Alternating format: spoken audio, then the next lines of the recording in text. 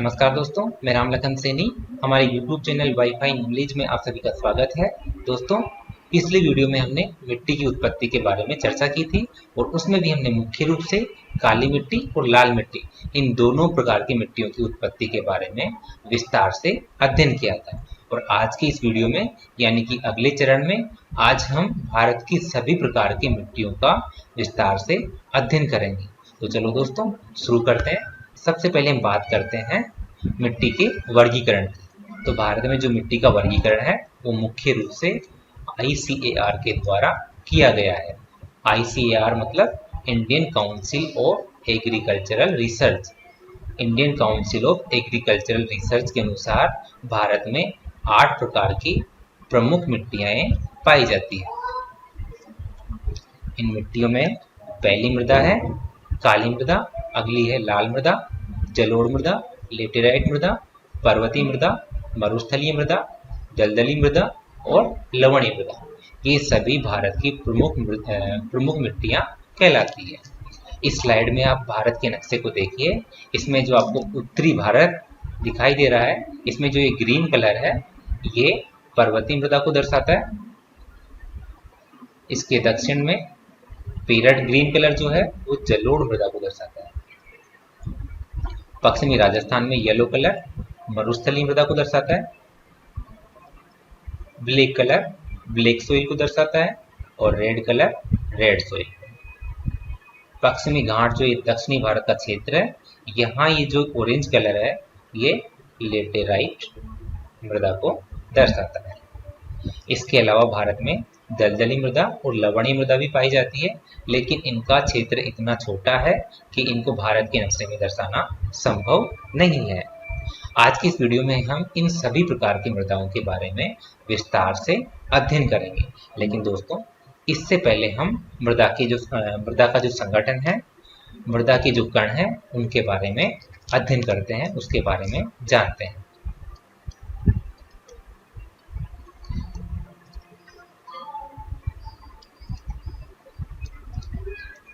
मृदा का जो संगठन है वो मुख्य रूप से 4 प्रकार के तत्वों से मिलकर बना हुआ है, जिसमें पहला तत्व है खनिज पदार्थ, दूसरा है जीवांश जिसको हम ह्यूमस के नाम से भी जानते हैं।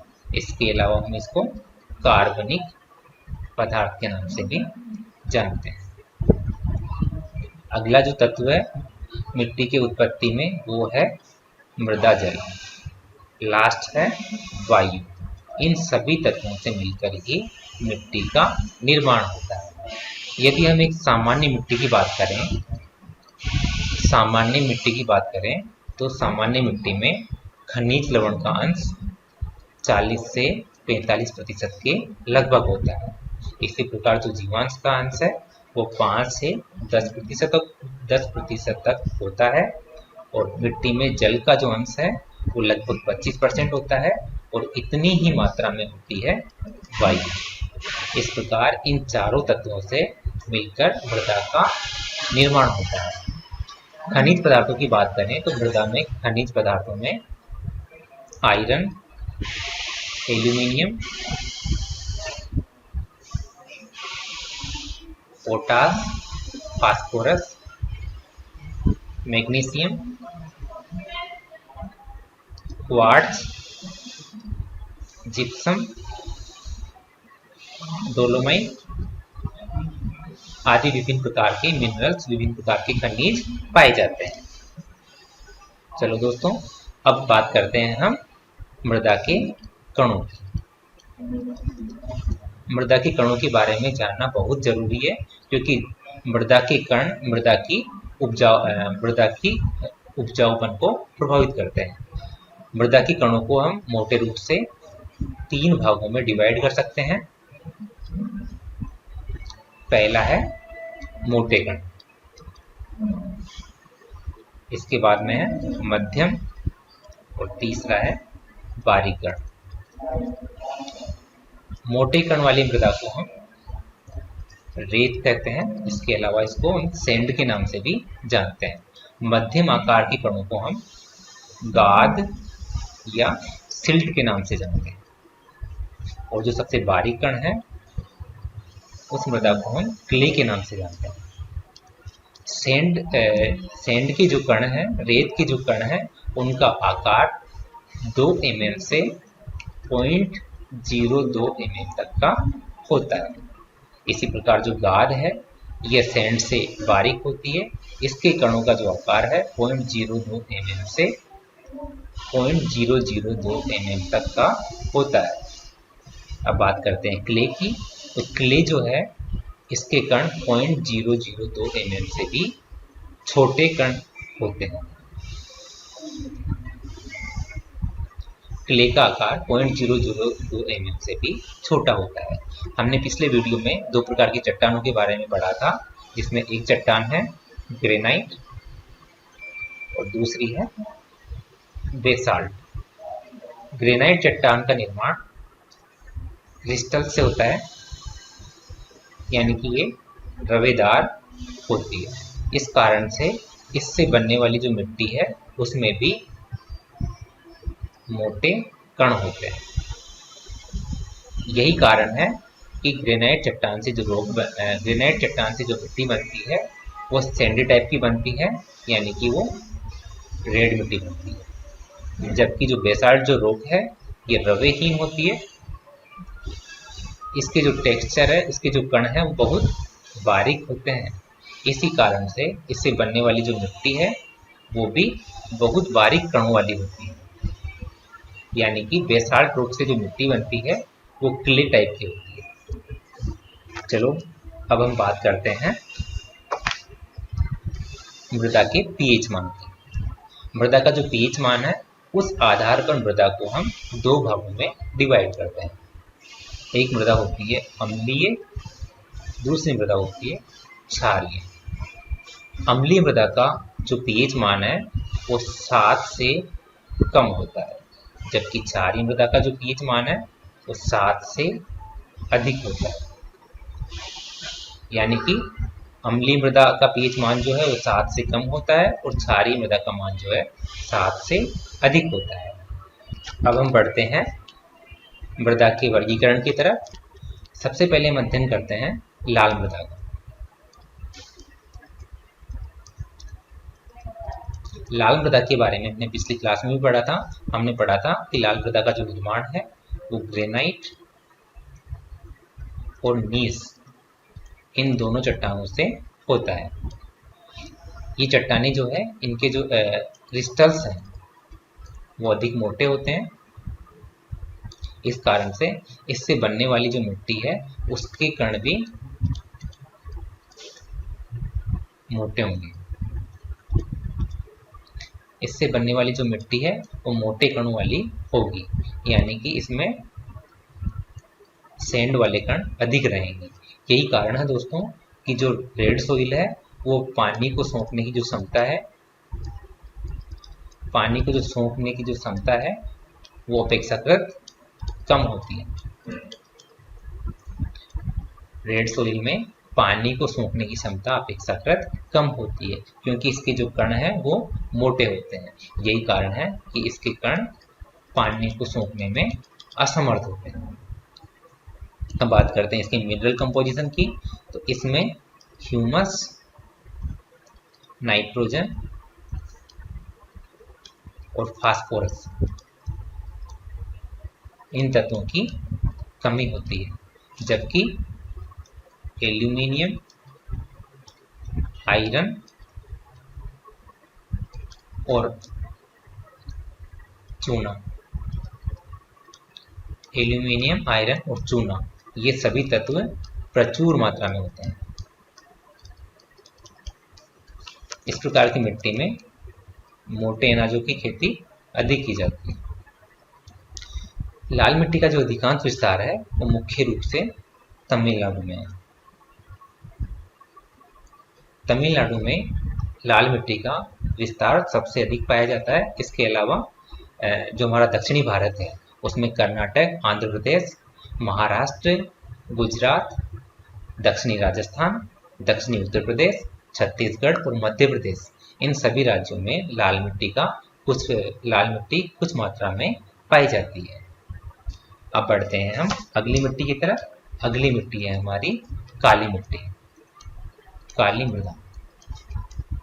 काली मृदा के बारे में हमने पिछली क्लास में भी थोड़ा पढ़ा था कि जो बेसाल्ट जो रॉक है, बेसाल्ट जो रॉक है, बेसाल्ट रॉक से काली मिट्टी का निर्माण होता है। और बेसाल्ट रॉक जो है ये रवेहीन होती है।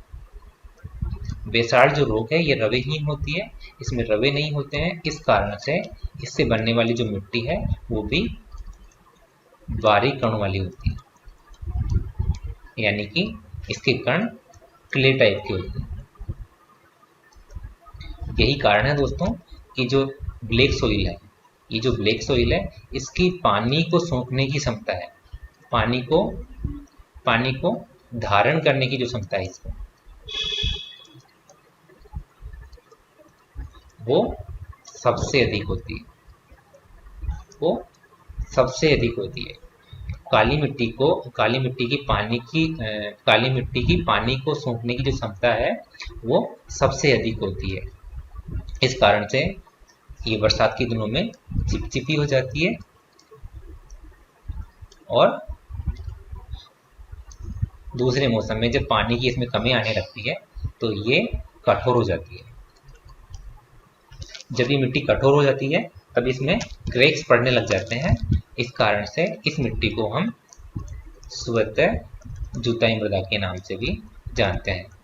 इसमें जो क्रैक्स हैं वो इतने मोटे पड़ जाते हैं, इसको देखकर ऐसा लगता है कि मानो इसमें जुताई की गई हो। यही कारण है इसको स्वतः जुताई मृदा के नाम से भी जानते हैं। अब हम बात करते हैं इसकी मिनरल कंपोजिशन की। तो इसमें इस मिट्टी में भी फास्फोरस, ह्यूमस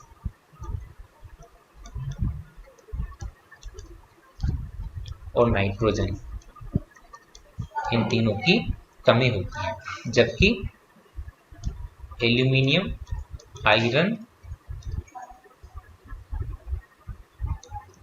पोटास, चूना और मैग्नीशियम, इन सभी तत्वों की इसमें प्रचुरता होती है। इस मिट्टी का जो कलर है टाइटेनिफेरस मैग्नेटाइट खनिज के कारण इसका रंग ब्लैक होता है। जी हाँ, ब्लैक मिट्टी की बात करें तो ब्लैक मिट्टी का जो रंग है वो टाइटेनिफेरस मैग्नेटाइट खनिज के कारण इसका रंग ब्लैक होता है। इस मिट्टी का जो अधिकांश विस्तार है वो महाराष्ट्र में है। इसका अधिकांश जो विस्तार है वो महाराष्ट्र में है।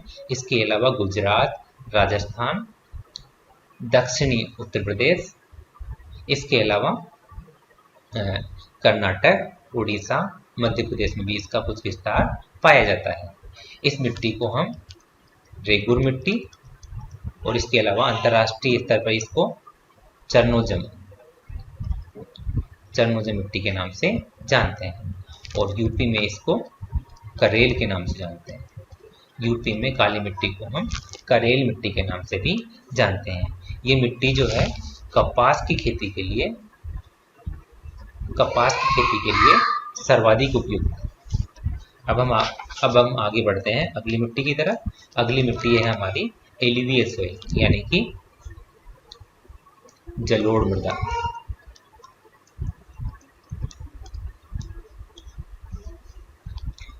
अभी हमने ब्लैक सॉइल और रेड सॉइल के बारे में पढ़ा। ब्लैक सॉइल और रेड सॉइल ये मिट्टियां जो है स्थानीय स्तर पर डेवलप होती हैं, जबकि जलोढ़ मिट्टी के साथ में ऐसा नहीं है। जलोढ़ मिट्टी स्थानीय रूप से विकसित नहीं होती है, ये ट्रांसपोर्टेड सॉइल की कैटेगरी में आती है, यानी कि ये अन्य स्थानों से बहाकर लाई हुई मिट्टी की कैटेगरी में आती है। जलोढ़ मिट्टी को भी हम दो भागों में डिवाइड कर सकते हैं। पहली है बांगर मृदा और दूसरी है खादर मृदा। खादर मृदा वो होती है जहां बाढ़ का पानी प्रतिवर्ष आता है। बाढ़ का पानी प्रतिवर्ष आता रहता है। इस कारण से क्या होता है, खादर मृदा में मिट्टी की नई परत प्रतिवर्ष डेवलप होती रहती है, जबकि बांगर मृदा बाढ़ के पानी से अप्रभावित रहती है। यहाँ पर किसी प्रकार की नई मृदा का किसी भी प्रकार से नई मृदा नहीं बन पाती है। अब बात करते हैं इसके मिनरल कंपोजिशन की। तो इस मृदा में भी फास्फोरस, ह्यूमस और नाइट्रोजन, इन तीनों तत्वों की कमी होती है, जबकि इस मृदा में पोटास और चूना, इन दोनों की प्रचुरता होती है। जलोढ़ मृदा में जो खादर मृदा है वो सबसे अधिक उपजाऊ मानी जाती है, सबसे अधिक उपजाऊ।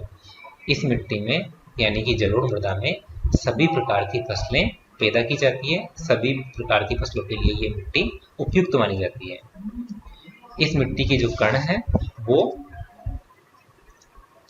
सिल्ट से लेकर क्ले टाइप के होते हैं, यानी कि ना तो ये इसके कण जो है वो बहुत ज़्यादा बारीक होते हैं और ना बहुत पतले होते हैं।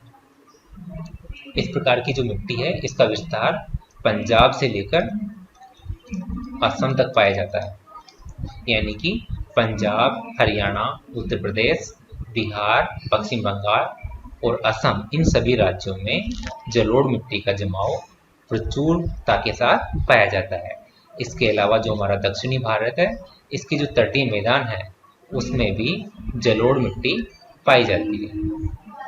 अब हम आगे बढ़ते हैं अगली मिट्टी की तरफ। अगली मिट्टी है हमारी लेटेराइट मिट्टी।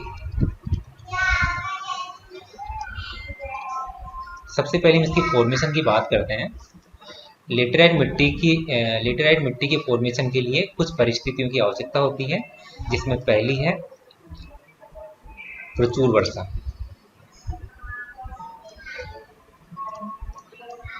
दूसरी है स्लोप और तीसरी जो कंडीशन है इस लेटेराइट मिट्टी के डेवलप के लिए वो है तापमान।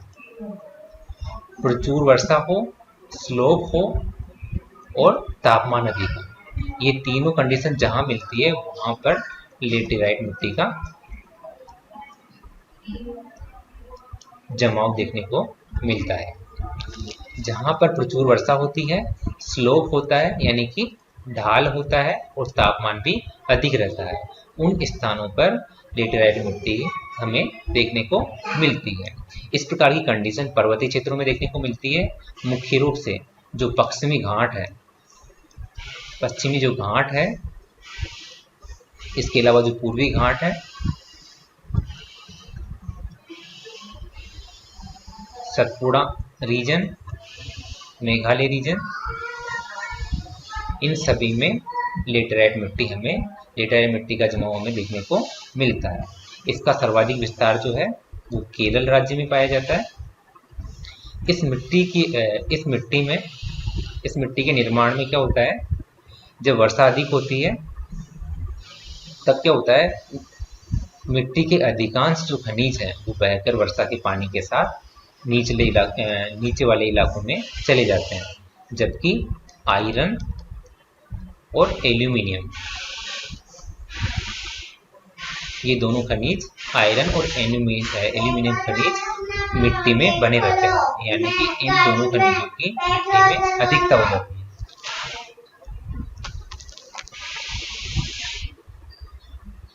आयरन और एल्यूमिनियम, इन दोनों खनिजों की अधिकता के कारण ही लेटेराइट मिट्टी का जो रंग है वो ईंट के जैसा होता है। ये मिट्टी सूखने पर ईंट की जैसी हो जाती है, कठोर हो जाती है, और जब वर्षा होती है तो ये मिट्टी कोमल हो जाती है।